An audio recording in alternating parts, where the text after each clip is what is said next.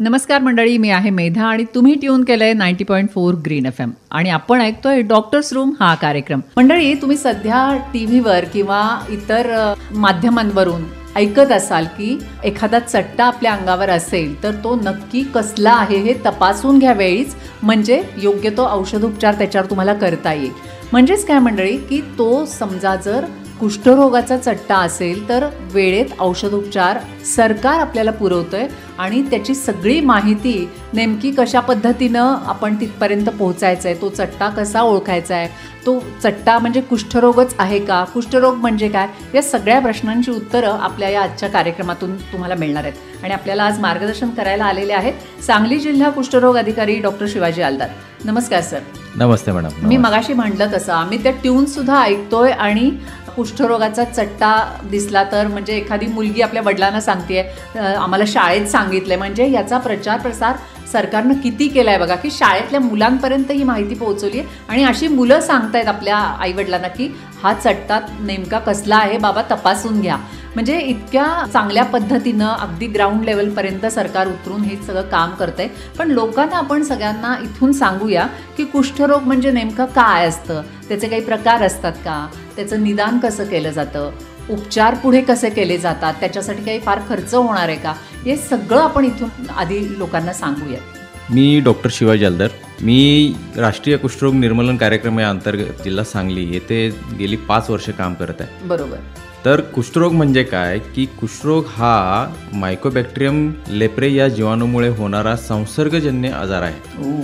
संसर्गजन्य म्हटलं तर एकापासून दुसऱ्याला होईल, दुसऱ्यापासून तिसऱ्याला होईल. पण याचा जर आपण योग्य उपचार योग्य वेळी निदान जर केलं तर त्याचा प्रसार होणार नाही आणि आपण स्वतःही 100% यातून बरे होऊ. तर कुष्ठरोग हा मायकोबॅक्टेरियम लेप्रे या जीवाणूमुळे होणारा आजार असून या आजारामध्ये अशी लक्षणे येतात की एखाद्या व्यक्तीच्या शरीरावरती पांढरट फिकट लालसर रंगाचा बधीर चट्टा आहे का, बधीर चट्टा, व त्याचबरोबर त्या चट्ट्यावरती कुठलाही केस येत नाही आहे, घाम येत नाही आहे किंवा खाज येत नाही आहे, असा कोणताही चट्टा असलेल्या व्यक्तीला आपण कुष्ठरोग संशयित आहे असं म्हणू शकतोय. त्यामुळं कुष्ठरोग आणि चट्टा हा संबंध एकदम जवळचा आहे आणि इतर रोगांच्या बाबतीत म्हणजे इतर त्वचेच्या रोगांबाबतीत कुठलाही चट्टा जरी असेल तर तो बधीर चट्टा असेल तर तो कुष्ठरोगाचाच असेल, पण तो बधीर नसेल तर इतर त्वचेच्या रोगाशी त्याचा संबंध असू शकतो. पण एखाद्या व्यक्तीच्या शरीरावरती जर बधीर चट्टा असेल आणि त्या चट्ट्यावरती घाम येत नसेल, केस येत नसेल आणि भरपूर मोर दॅन 6 महिन्यापासून जर तो चट्टा असेल तर त्या चट्टा असणाऱ्या व्यक्तीला आपण कुष्ठरोग संशयित आहे असं म्हणू शकतो. बरोबर. आणि हे कुष्ठरोग संशयित शोधून काढायची मोहीमच सध्या 17 नोव्हेंबर ते 2 डिसेंबर आत्ता हा चालूच आहे कालावधी. तर या कालावधीत महाराष्ट्र शासनानं संपूर्ण राज्यभर आणि आपण सांगली जिल्ह्यात सुद्धा आपण हे सगळं काम करताय की कुष्ठरुग्ण शोध मोहीम ही चालू आहे. तर ही आता तुम्ही सांगितलं की 6 महिन्यापर्यंत एखादा चट्टा आहे आणि तो अशा पद्धतीनं त्याला काही संवेदना होत नाही आहे, तर अशा वेळेला आपण हे बघितलं पाहिजे की आपला चट्टा हा कुष्ठरोगाचा तर नाही आहे ना. पण सर याचे काही प्रकार असतात? हो, नक्कीच. यामध्ये आपण एखाद्या व्यक्तीच्या शरीरावरती असणाऱ्या चट्ट्यावरून त्याचे प्रकार केलेले आहेत. त्याचं कारण याचं मागचं असं आहे की एखाद्या व्यक्तीच्या अंगावरती 5 किंवा 5च्या आतमध्ये जर चट्टे असतील, म्हणजे 1 ते 5 जर चट्टे असतील तर त्याला आपण असंसर्गिक कुष्ठरोग म्हणजे त्या व्यक्तीपासून दुसऱ्याला कुष्ठरोग व्हायचे चान्सेस कमी असतात, म्हणून त्याला आपण पॉसिबॅसिलरी किंवा असंसर्गिक कुष्ठरोग म्हणू शकतो. आणि दुसऱ्या केसमध्ये असं असते की 6 किंवा 6 पेक्षा जास्त चट्टे जर एखाद्या व्यक्तीच्या शरीरावरती असतील तर त्याला आपण संसर्गिक कुष्ठरोग किंवा पसरवणारा कुष्ठरोग किंवा मल्टीबॅसिलरी कुष्ठरोग असं म्हणू शकतो. हे प्रकार करण्यामागे मुख्य कारण हे आहे की त्याच्या उपचारामध्ये फरक पडतोय. जर असंसर्गिक म्हणजे पॉसिबॅसिलरी कुष्ठरोग असेल तर त्या व्यक्तीला आपण 6 महिन्याचा औषधोपचार देतो आणि मल्टीबॅसिलरी किंवा संसर्गिक कुष्ठरोग असेल तर त्या व्यक्तीला आपण 12 महिने औषधोपचार देतो.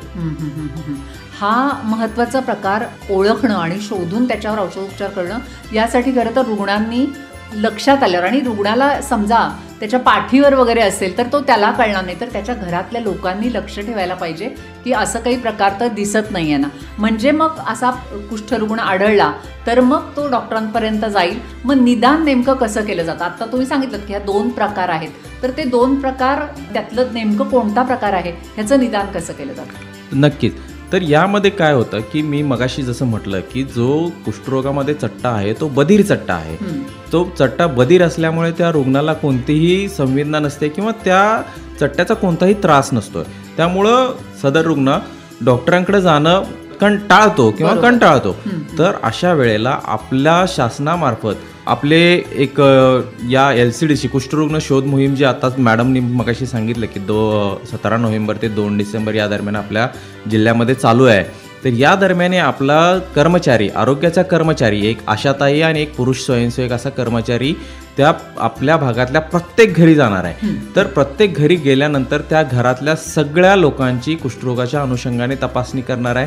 मग आता मगाशी जसं मॅडमनी म्हटलं की आपल्या पाठीवरचा चट्टा आपण स्वतः नाही बघू शकत आहे, तर तो आपण आपल्या घरातल्या लोकांकडनं पाहणं गरजेचं आहे किंवा घरी येणाऱ्या आरोग्य कर्मचाऱ्यांकडनं तो तपासून घेणं गरजेचं आहे. तर या मोहिमेमध्ये माझं सगळ्यांना हेच सांगणं आहे की आपला जो आरोग्य कर्मचारी घरी येणार आहे तर त्या टीममधला जी आशा कार्यकर्ती आहे ती आपल्या घरातल्या सगळ्या स्त्रियांची कमीत कमी कपड्यांमध्ये तसेच मुलांचीही कमीत कमी कपड्यामध्ये तपासणी करेल आणि जे पुरुष स्वयंसेवक म्हणून कर्मचारी येणार आहे तोही या घरातल्या सगळ्या पुरुषांची कमीत कमी कपड्यामध्ये तपासणी करेल. या तपासणी दरम्यान त्या घरातल्या व्यक्तीच्या शरीरावरती काही कुठला चट्टा असेल, मी जसं मगाशी म्हटलं की बधीर चट्टा हा कुष्ठरोगाचा चट्टा असेल तर त्या आपली जी कर्मचारी आहेत असा जो चट्टा असणार आहे त्या व्यक्तीचं सदर प्राथमिक आरोग्य केंद्रामध्ये नाव देतील आणि त्या प्राथमिक आरोग्य केंद्रामध्ये सदर व्यक्तीने जाऊन त्या चट्ट्याची शहनिशा करायची आहे. शहनिशा म्हणजे काय की आपण त्या तिथल्या वैद्यकीय अधिकाऱ्याकडनं तो चट्टा तपासून घ्यायचा आहे आणि त्याचं कन्फर्मेशन करून घ्यायचं आहे की बाबा खरंच कुष्ठरोग आहे का, की वेगळं फंगल इन्फेक्शन आहे की कोड आहेत किंवा विटिलिगो अशा प्रकारचं वेगळं का आहे, तर त्याची खातरजमा करून घ्यायची आहे आणि त्याच्यानंतर आपल्याला योग्य ते उपचार प्राथमिक आरोग्य केंद्रातून नक्की मिळणार आहे. बरोबर.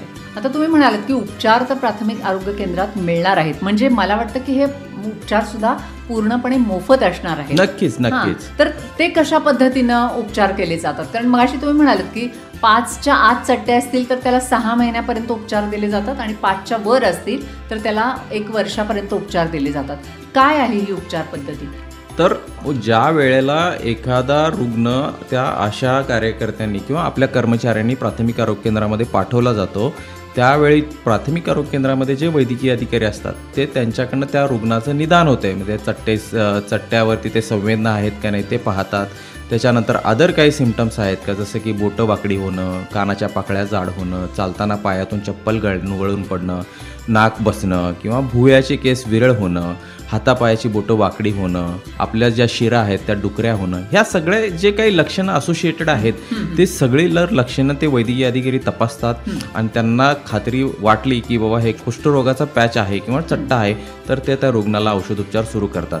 तर प्राथमिक आरोग्य केंद्रामध्ये आपल्या कुष्ठरोगासाठी मी जसं मगाशी म्हटलं की संसर्गिक आणि असंसर्गिक आपण प्रकार केलेले आहेत. तर असंसर्गिक रुग्णासाठी म्हणजे 5पेक्षा कमी चट्टे असतील तर त्या रुग्णासाठी आपण 6 महिन्याचा औषधोपचार देणार आहे. तर यामध्ये आपण टॅबलेट रिफाम्पिसिन देणार आहोत, टॅबलेट क्लोफाझेमिन देणार आहोत आणि टॅबलेट डॅप्सून देणार आहोत. तर रुग्णाला आपण त्यावेळेला मार्गदर्शन करणार आहोत की या गोळ्या कशा घ्यायच्यात, त्यांना डे 1ला कोणत्या गोळ्या घ्यायच्यात, त्याच्यानंतर 28 दिवसापर्यंत कुठल्या गोळ्या घ्यायच्यात याचं पूर्णपणे मार्गदर्शन करणार आहोत. त्याचबरोबर रुग्णाला हेही आपण सांगणार आहोत की या गोळ्यांचे साईड इफेक्ट्स काय आहेत. पण आता जसं मी मगाशी म्हटलं की टॅबलेट रिफाम्पिसिन आपण सुरू करणार आहे, तर ही लाल कलरची गोळी आहे, ती जर रुग्णाने खाल्ली तर त्याला लघवी लाल होते, मग रुग्ण घाबरून जातो की आपल्या लघवीतून रक्त पडतंय का.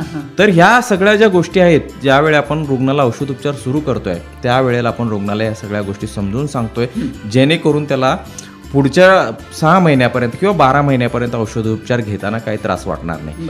तसंच संसर्गिक रुग्णामध्ये सुद्धा पण आपण हेच तिन्ही औषधं वापरणार आहे, फक्त ते 12 महिन्याच्या या कालावधीसाठी वापरणार आहे आणि हे सगळे औषधं त्या रुग्णाला पूर्णपणे मोफत आहेत.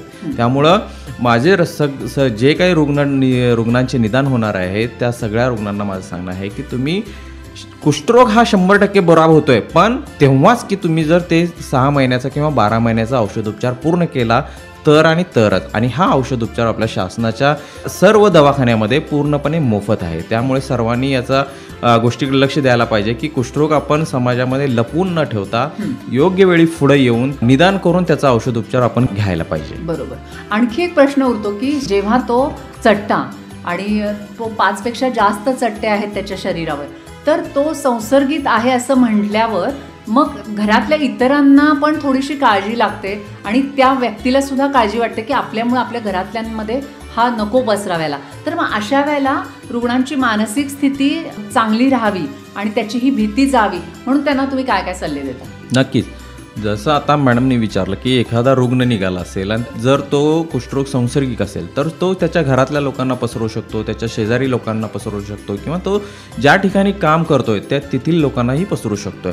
तर अशा वेळेला आपण काय करतोय की आपण ज्या वेळेला रुग्णाला औषधोपचार सुरू करतोय त्याच वेळेला त्याच्या सोबत राहणाऱ्या किंवा त्याच्या सहवासात जास्तीत जास्त सहवासात येणाऱ्या लोकांना आपण पोस्ट एक्सपोजर प्रोफिलॅक्सिस म्हणजे प्रतिबंधात्मक म्हणून उपाय म्हणून एक टॅबलेट रिफॉम्पिसिनची गोळी देतो. आता ही प्रतिबंधात्मक उपाय म्हणून ही गोळी ज्यावेळी आपण त्या सहवासात राहणाऱ्या लोकांना देतोय त्यावेळेला ह्या गोळीचा एवढा परिणाम आहे की एका गोळीने समजा चुकून त्याच्या सहवासात रुग्णाच्या सहवासात जे कोणी राहिलेले लोक आहेत त्यांच्या शरीरामध्ये मायकोबॅक्टेरियम लेप्रेचा जीवाणू जरी असेल तरी त्याचं 99.99% तो जीवाणू मारला जातो. आणि अजून एक सांगायचं महत्त्व की जर समजा स्वतःहून रुग्णाने लवकर पुढे येऊन आपण औषधोपचार सुरू केला तर त्या रुग्णाचा एका महिन्यात तो जवळजवळ 100% त्या रुग्णाच्या शरीरात असलेले बॅसिलाई मारले जातात आहे. म्हणजे असं गाईडलाईन्सनुसार असं म्हटलं जातं की 99.99% बॅसिलाई मारले जातात. त्यामुळं तो रुग्ण तिथून पुढे कुणालाही नवीन जीवाणू ट्रान्सफर करू शकत नाही, संसर्ग होऊ शकत नाही. तर हे असं आहे. बरोबर. म्हणजे इतकी उपयुक्त आणि चांगला परिणाम करणारी औषधोपचार पद्धती सरकारतर्फे मिळते. त्यामुळे मंडळी नक्कीच याचा तुम्ही विचार करा.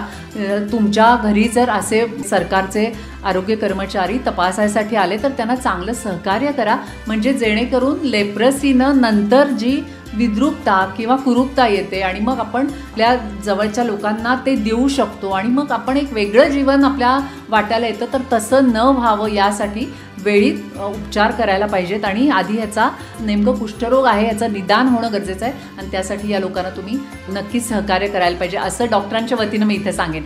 आज आपल्याबरोबर आहेत डॉक्टर शिवाजी आलदार जे जिल्हा कुष्ठरोग अधिकारी आहेत आणि कुष्ठरोगाबद्दल सध्या महाराष्ट्र शासनातर्फे संपूर्ण राज्यभर आणि आपल्या सांगली जिल्ह्यात सुद्धा कुष्ठरुग्ण शोध मोहीम सुरू आहे. साधारण 17 नोव्हेंबर ते आता येणाऱ्या 2 डिसेंबरपर्यंत.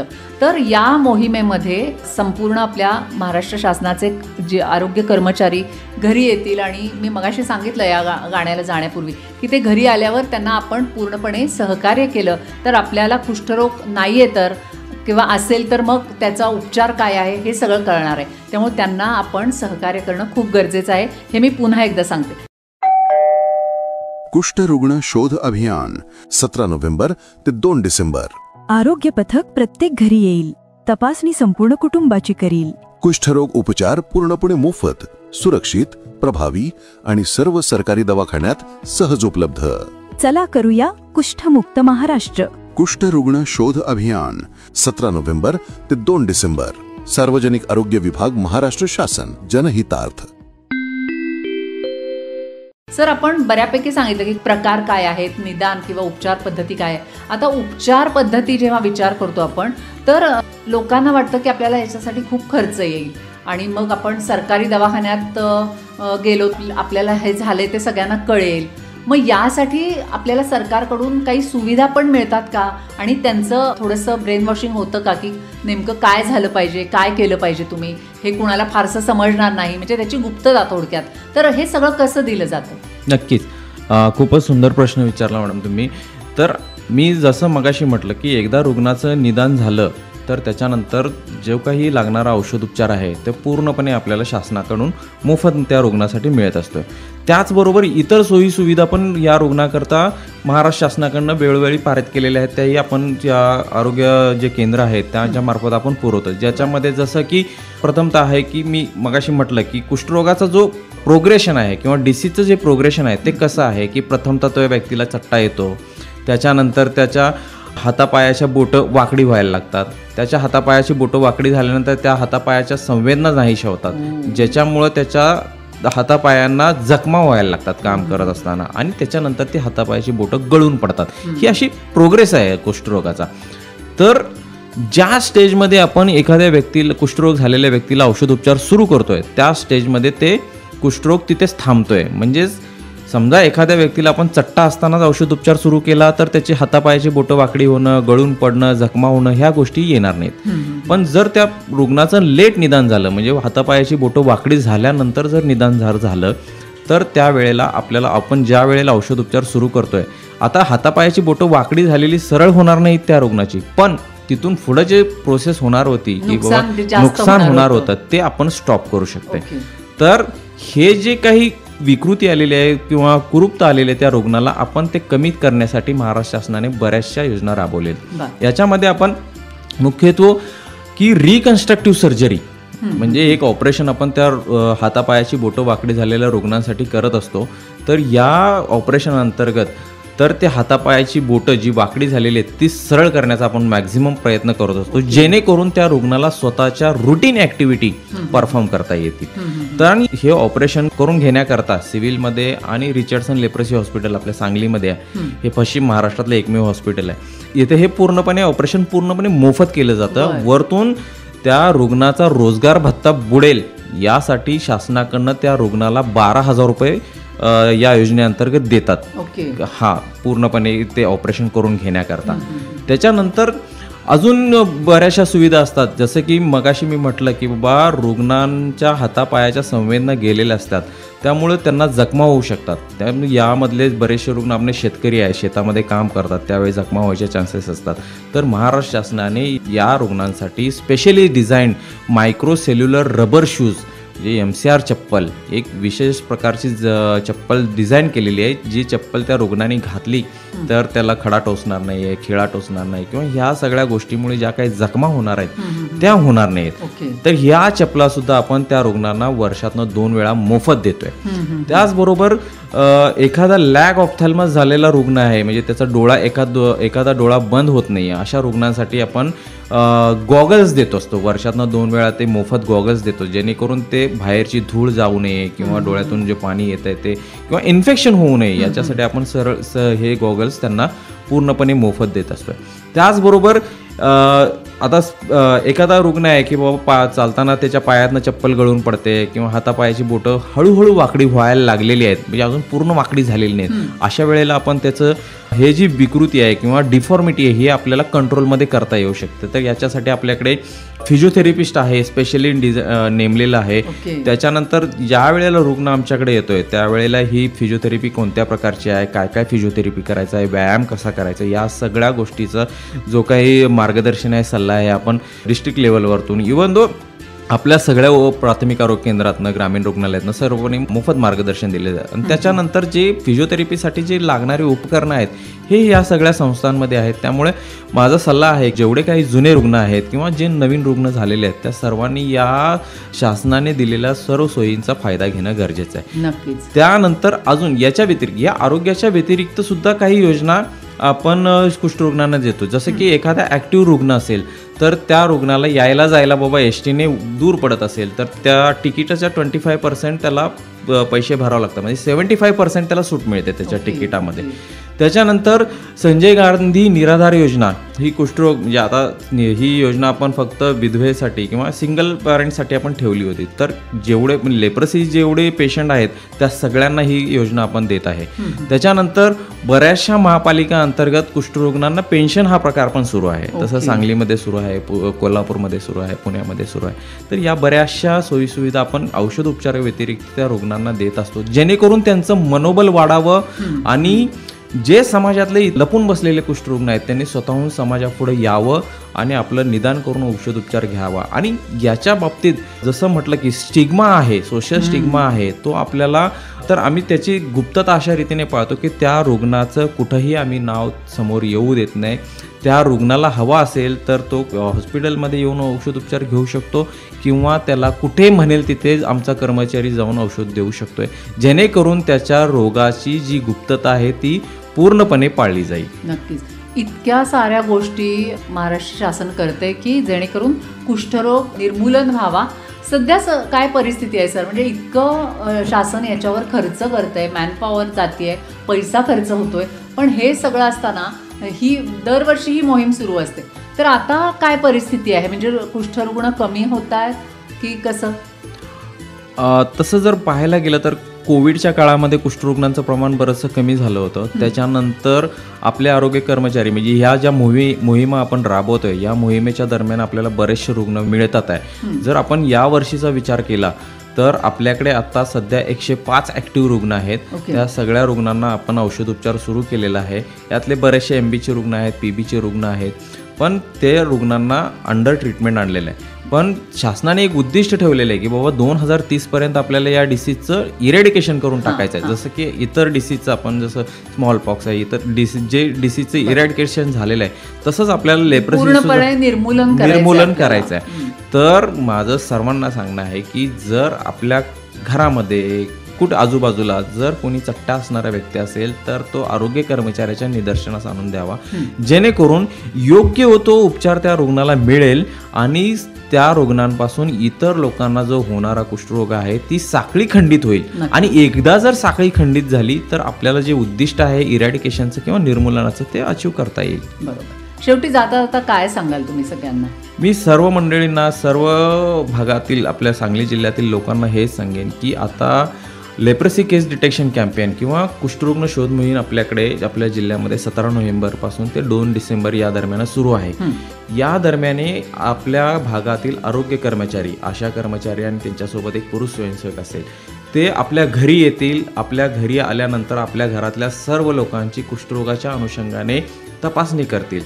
तर माझं सर्वांना हे आव्हान आहे की सर्व लोकांनी येणाऱ्या आरोग्य कर्मचाऱ्यांना योग्य ते सहकार्य करा आणि आपल्या अंगावर असलेले, पाठीवर पोटावर असलेले जे आपल्याला न दिसणारे चट्टे आहेत ते त्यांच्याकडून तपासून घ्या, योग्य ते निदान करा आणि जर कुष्ठरोग असेल तर योग्य तो औषधोपचार घ्या आणि लवकर बरे व्हा. आणि सर्वांना परत एकदा मी हेच सांगेन की कुष्ठरोग हा रोग जो पूर्ण जर औषधोपचार घेतला तर 100% आणि 100% बरा होईल. बरोबर. असं नाही ना होत सर की औषधोपचार सुरू केलेला आहे आणि डॉक्टरने सांगितले की 1 वर्षभर तरी आपल्याला हे घ्यावं लागेल कारण हा संसर्गजन्य आहे, पण मध्येच जर उपचार सोडले तर रिव्हर्स होऊ शकतो हा आजार आणि त्याला जसं आपण HIV किंवा एड्समध्ये बघतो किंवा त्याला लाईफ लॉंग हे औषध घ्यावं लागतं, तसं या कुष्ठरोगामध्ये काही आहे? नक्कीच नाही आहे की HIV किंवा एड्स या रोगांमध्ये आपल्याला लाईफ लॉंग औषध घ्यायला लागते, परंतु कुष्ठरोगामध्ये हे 6 महिने आणि 12 महिने हे जे दिलेलं वेळ आहे त्या व्यक्तीच्या शरीरातले कुष्ठरोगाचे जंतू मारण्यासाठी दिलेला वेळ आहे. तेवढ्या वेळा घेतला, तेवढ्या वेळात जर औषधोपचार पूर्ण घेतला तर 100% बरा होईल. पण जर एखाद्या रुग्णाने मधूनच औषधोपचार बंद केला किंवा बाबा आता त्याला वाटलं मला बरं वाटतंय तर त्याने औषधोपचार बंद केला तर त्या डिसीजचं रिव्हर्शन होऊ शकते. परत त्या डिसीजचं जे जीवाणू आहेत त्या व्यक्तीच्या शरीरामध्ये येऊ शकतात आणि अजून वाईट कंडिशन येऊ शकते. त्यामुळं सगळ्यांना आव्हान आहे की तुम्ही योग्य ते औषधोपचार वेळेत आणि वेळेबरोबर घ्या आणि हा औषधोपचार पूर्णपणे मोफत आहे. तुम्हाला कुठलाही 1 रुपयाचा खर्च द्यावा लागणार नाही आहे. त्यामुळं कोणत्याही सरकारी रुग्णालयातून तुम्हाला हा औषधोपचार मिळणार आहे. म्हणून माझं सांगणं आहे की सर्वांनी पूर्णपणे योग्य तो औषधोपचार घेतल्यावरती त्याचा कुष्ठरोग हा 100% बरा होणार. नक्कीच. म्हणजे शासनाचं जे उद्दिष्ट आहे 2030 पर्यंत कुष्ठरोगाचं निर्मूलन करायचे पूर्णपणे, तर त्याच्यासाठी प्रत्येकानं तपासणीला जे येणारे कर्मचारी आहेत त्यांना सहकार्य करणं हा सगळ्यात पहिला आणि महत्त्वाचा मुद्दा आहे असं म्हणायला हरकत नाही. सर, हे कुष्ठरोग पूर्णपणे निर्मूलन व्हावा यासाठी सरकार म्हणजे आपण सगळे जे काम करतोय तर त्याला नक्की यश मिळेल आणि एक दिवस असं येईल 30 पर्यंत सुद्धा आपल्याला वाट बघायला नको, त्याच्या आधीच कुष्ठरुग्णांची संख्या 0 होईल अशी अपेक्षा करूया. आणि तुम्ही इथं येऊन हे सगळं सांगितलं, मनापासून धन्यवाद. धन्यवाद मॅडम. धन्यवाद 90.4 FM आणि सर्व श्रोत्यांनी जे मनापासून ऐकलं त्यांचंही सर्वांचं मनापासून धन्यवाद. थँक्यू.